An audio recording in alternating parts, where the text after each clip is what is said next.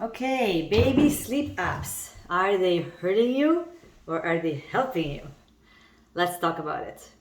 I'm actually talk about why I don't recommend tracking your baby's sleep using an app. Um, Hi, I'm Valerie. I'm a therapist specialized in birth to six mental health. That's their social, emotional, and behavior and development, as well as sleep. And I am wondering if you're using a sleep or breastfeeding app to track your baby. Um, I want you to figure out, is the app helping you or is it hurting you? And why I don't recommend and what I use instead. So here's the thing, if using the app is easy, peaceful, happy, confident, you're not checking it 500,000 times a day, it truly just kind of gives you that like guide and reassurance, and like it's a good, nice resource. It's supportive. You're not like dependent on it. You're not freaked out if you forgot to log something in. Then it's fine. Enjoy, and this video is not for you. But if using the apps results in feelings or thoughts like, I'm not good enough, why won't my baby sleep? What's wrong with me? What's wrong with my baby? Oh my God, I don't know if they're gonna sleep now and my day is ruined now because I forgot to log it in. Why do they keep waking up? Why won't you do like what the app says, baby? Or what am I doing wrong? If any of those are going through your mind, please delete the app. Um, so, baby sleep apps may actually not be effective for improving your baby's sleep because they're not tailored to the individual needs of the baby. They're actually based on the average of all babies out there. So, many babies are not actually going to fall in this because each baby has a unique pattern of what they need and of their sleep and what they need to sleep. And what they need to get quality sleep and the total amount of sleep that they need. If you want a guide for normal biologically based sleep, not based on average babies, but based on normal biology and a range, and if you're looking for individualized, personalized sleep information, I'm your girl. Hit follow and grab my free normal baby sleep guide. I'll link it below.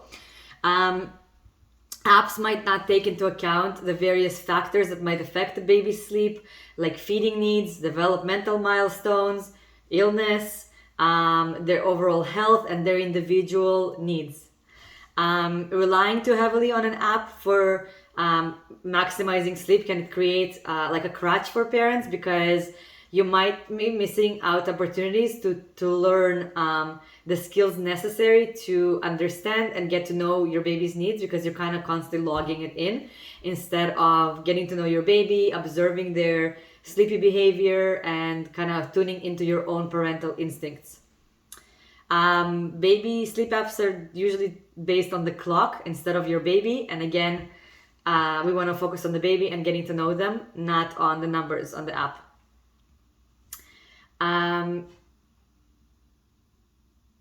Let your baby tell you what they need and when they need it. You're not going to be good at this at first. It's going to be really confusing at first. You're going to think the app knows better than you, but the app does not. You know better, but the only way for you to know better is through experience, through trial and error. Sometimes you're going to get it, sometimes you won't get it, but you will get better at it. But you need practice. If you rely on an app, you're missing out on really important practice. I promise you will get better at it. So what do I use instead? In my programs, we used logs to look at both sleeping and feeding. So I just remember the other problem with baby sleep apps, they don't necessarily track your baby sleep, feeding. And feeding affects sleep. They go together, literally, especially if you're breastfeeding, but also feeding in general for babies. They go like this. If you're tracking one without understanding the other, you're missing out very important information and you might think that something's wrong. So what we do is we take a few days just to understand your baby's general pattern and understanding both feeding and sleep. We pay attention to the sleep behavior, not just the time on the clock. We pay attention to the quality of their sleep. Are they breathing well? Are they sleeping the stretches appropriate for their age? Are they feeding well? Does it take them forever to fall asleep? Do they wake up an appropriate amount for their age and stage? Do they wake up too much?